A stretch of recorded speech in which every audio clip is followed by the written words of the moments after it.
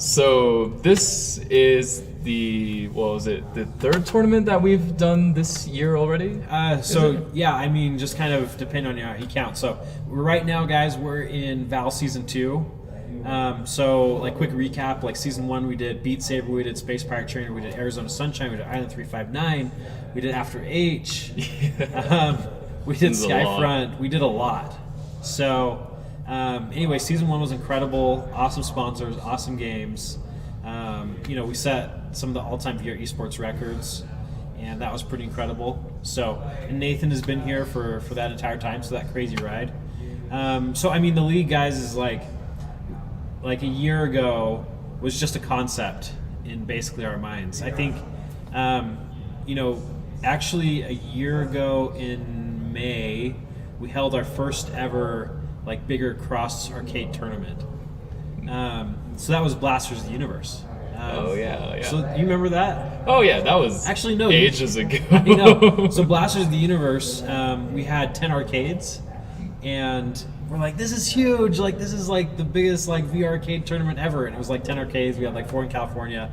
Little did we know that the league would get quite a bit bigger. So, fist bump to everybody out there who's done VR esports and made a thing in the past year. Yeah, you've made all of this possible. So anyway, super grateful for what it's become.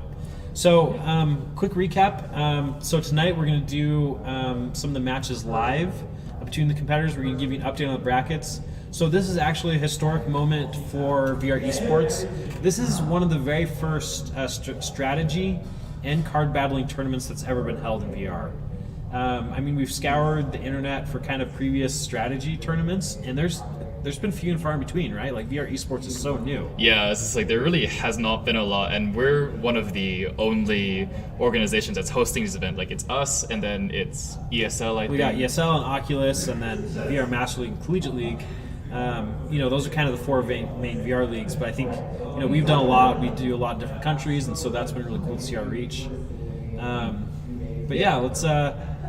Yeah, well, speaking of tournaments, we actually have some footage from our last tournament we did, Space Junkies, and so I think we can cut to that and show people what we last did in the last tournament. Yeah, so that one, we'll just roll to it and we'll kind of talk about it for a little bit. Let's go.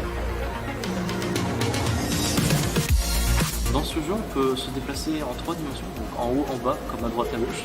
Donc ça change vraiment, on va dire, des FPS classiques. Je trouve vraiment que ce jeu est lié au e-sport. Donc il y a vraiment beaucoup d'actions, on se tire, on va chercher, on vole, etc.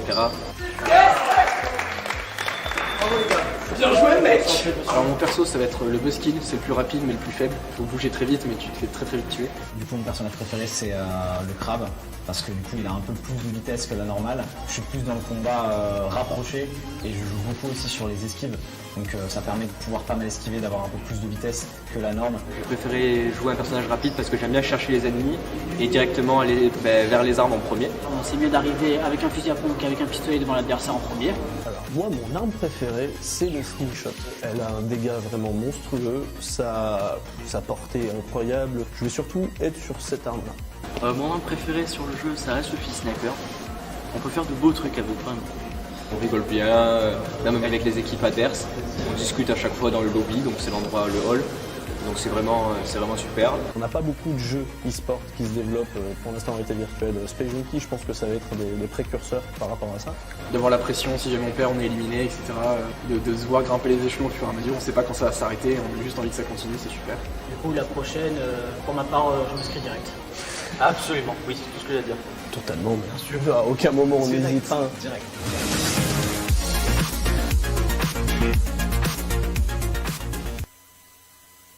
Okay, so that's it. So as you can see, our Val champions there, you saw a little video. They were amazing, very incredible. Thank you to all the spacers that took part today in this stream. Thank you very much. A round of applause for you. You guys rock. You guys are amazing. Excellent, excellent. Thank you, everyone who participated in the alpha, the beta. You helped us get this game done. You helped us get this game out. We want you to have lots of fun. Come and see you in space. Get in space today. Go download the game. Go get your console rolling. And let's get into Space Junkies. Thank you very much, and goodbye.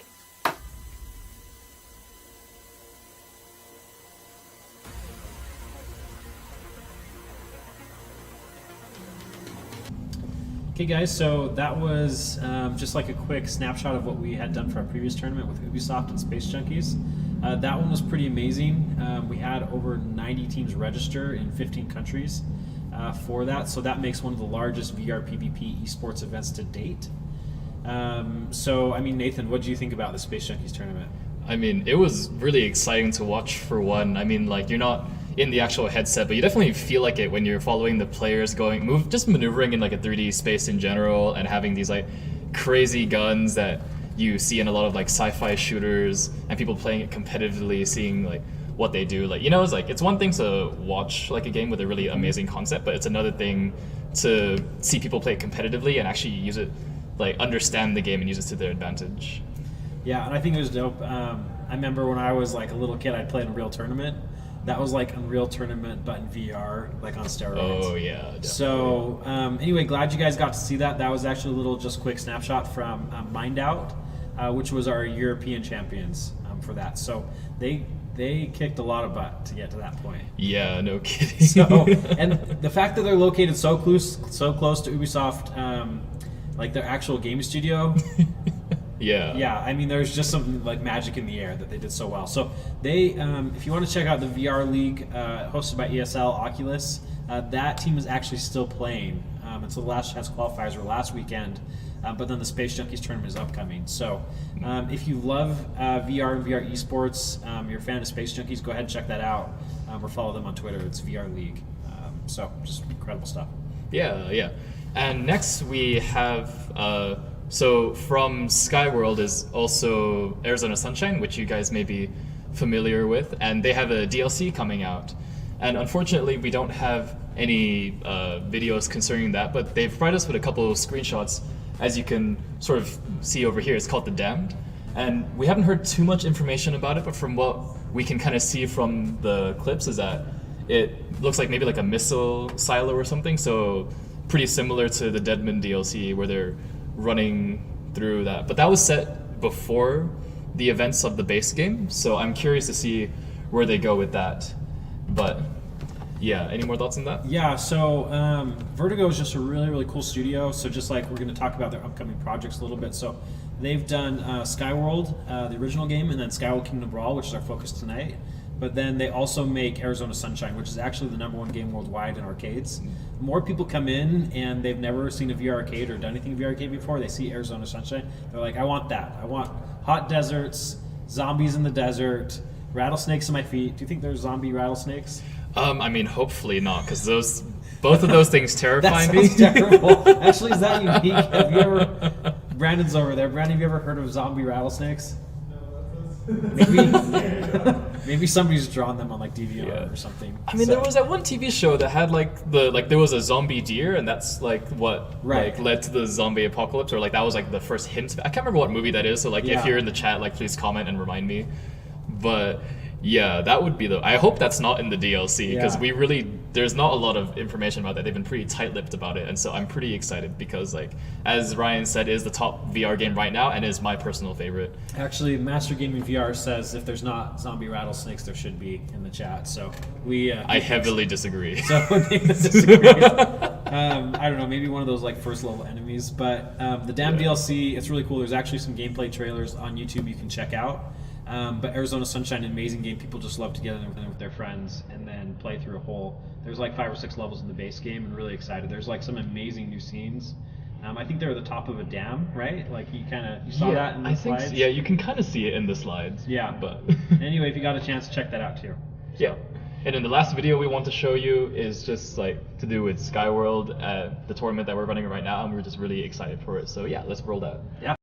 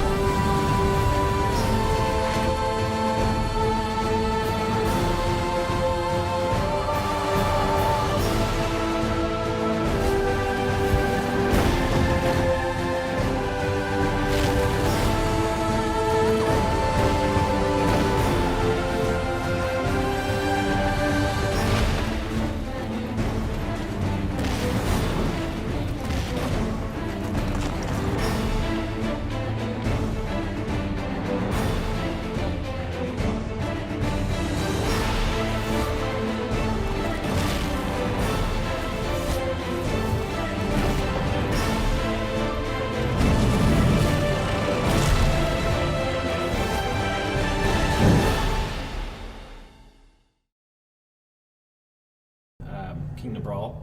So, Oh yeah, there's definitely like a lot of work that was put into this game, and like I don't know if you guys have tried the game before, but I'm definitely a big fan. Like I played Clash Royale and Clash of Clans beforehand, and like has a lot of similarities to that. But being able to see like the terrain in 3D was just super cool. Like I'm personally a big fan of like League of Legends and stuff like that. And they've you know, got lane control in this game and everything. yeah, exactly. And it's always been like one of my dreams for like when I'm watching competitive League of Legends to be able to watch it in VR, like actually move around the map, kind of like how the spectators do sometimes.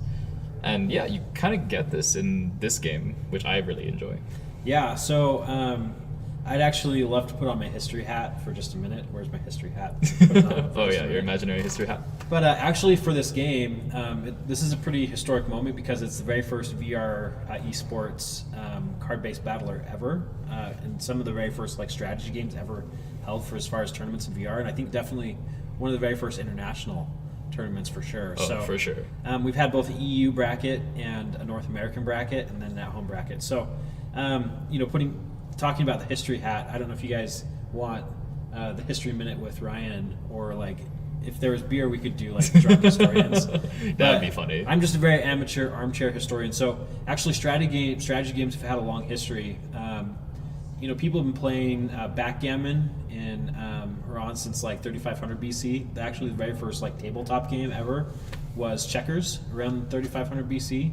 And funny fact is, chess actually wasn't invented until about 400 AD in India. So, but people have basically been gathering around, you know, tabletops for a long, long time. I mean, it's just something really natural and human about that.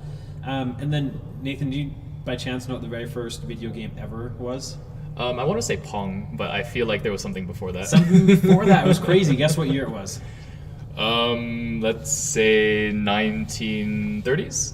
No, a little bit later than that. So Okay. World War II, you got like some like mathematicians doing calculations, but it wasn't until 1950 that someone actually invented a machine just to play tic-tac-toe on. Oh, dang. So that was actually the very first video game ever was tic-tac-toe.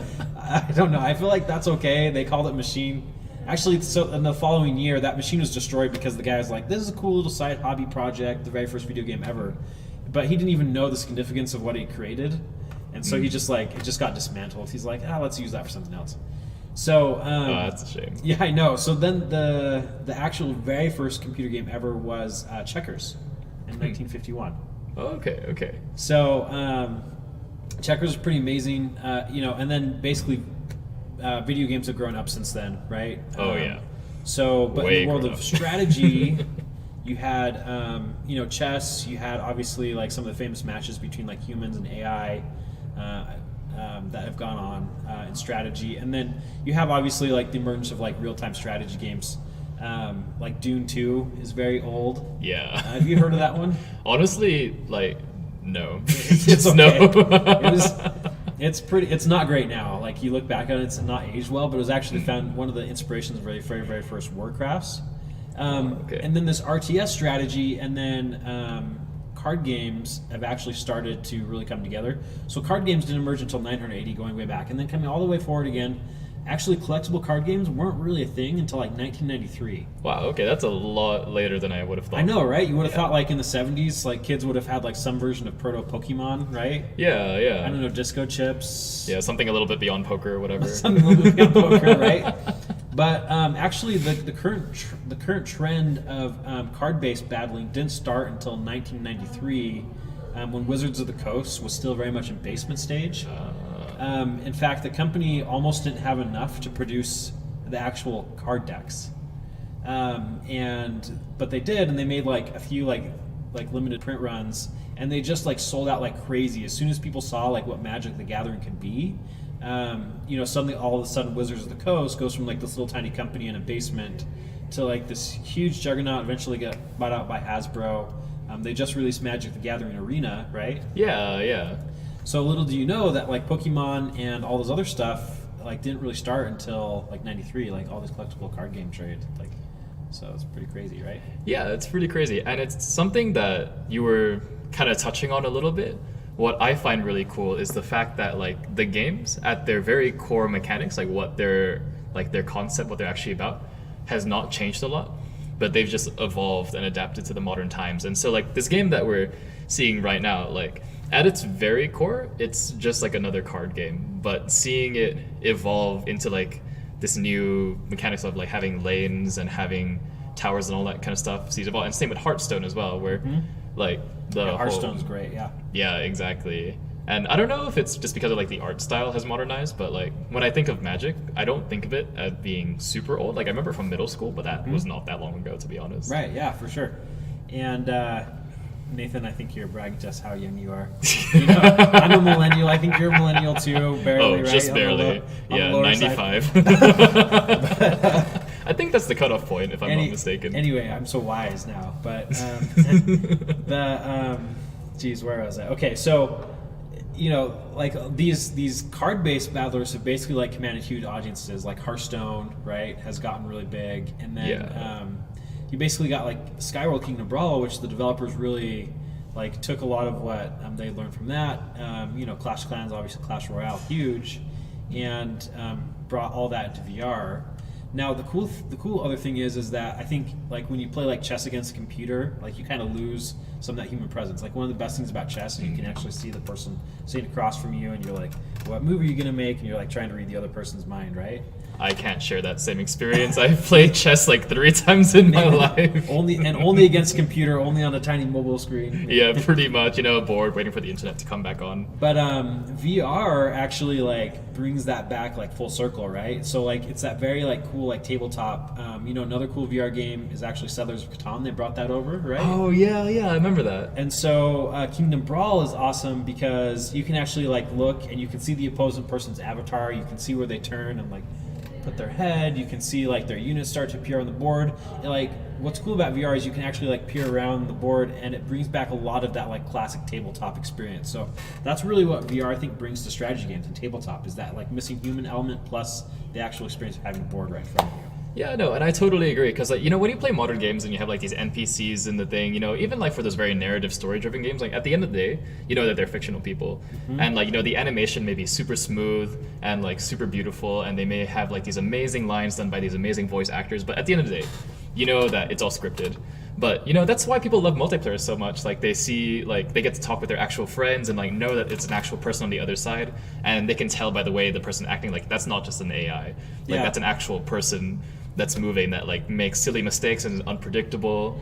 And for honestly, sure, like that's the cool thing about playing against a human being, right? Yeah, exactly.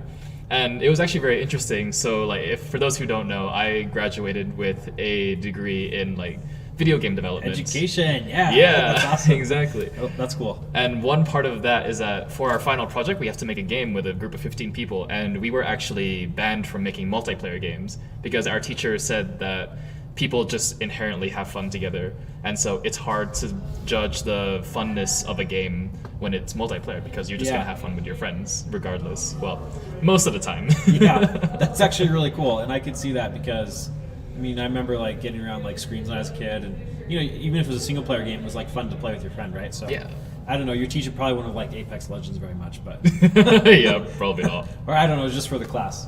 But anyway, I mean, we're getting some cool comments in. So what are they all saying? Shell, who's currently at the top of leaderboards, is saying he's totally to the point. You know, he's had some interesting interactions with Skyworld Kingdom Brawl before and after matches, right? Like waves, fist bumps, just stuff like that. So, you know, like the whole thing that's really cool about Kingdom Brawl is it really brings back that magic. So anyway, exactly. Love those comments coming. So we're gonna actually get to some of the matches here pretty soon, right? Yeah. Do we have an ETA on the match? Oh, in 5 minutes?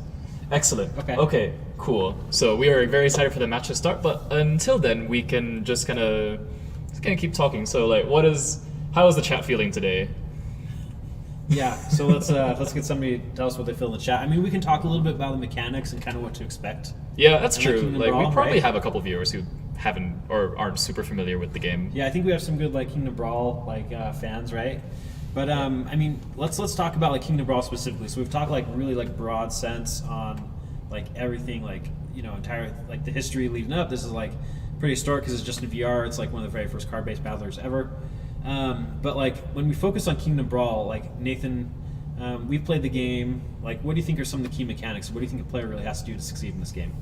Well, I think it's one of those games where the concept is quite simple, but actually mastering the game has a quite high skill ceiling, because you just you have your mana and you just place down your cards, try not to run out of mana, or make sure I always run out of mana because I always try to cast the dragons over and over again. Oh yeah. So, yeah. Just throw down the most OP ones. Uh-huh. But yeah, I mean, if you think about it, each card is basically just a big game of rock paper scissors that you lay down the lane. And one of the strategies that I saw online was that to actually hold your cards, for one reason, just so that you can spam 3 cards in a row and just shock the enemy, but also for the fact that when you play your card too early, it reveals what you're going to do, and so they can counter back. Whereas if you wait for and ultimately it's going to take a couple seconds for the card to get closer to your castle. Exactly. Yeah. Yeah, and so spawning it much later surprises them, and then that's some of the small nuances, things that really separate the skill levels of these players. Yeah, because this game has a crazy amount of skill. One whole mechanic is you really just want to bait your opponent into releasing all their cards early, or releasing the units which you have effective counters for. So, one really key mechanic is you can craft your deck beforehand, and during this tournament we actually allow you to switch the decks before the matches, right? Yes. And so hopefully that's people aren't too salty about that. Yeah. So that They didn't actually, know. right? And so I think people for the most part stick to their favorites, right? Because it's a lot of. Oh, okay. It actually looks like we're about to start the match, and so we're gonna switch over.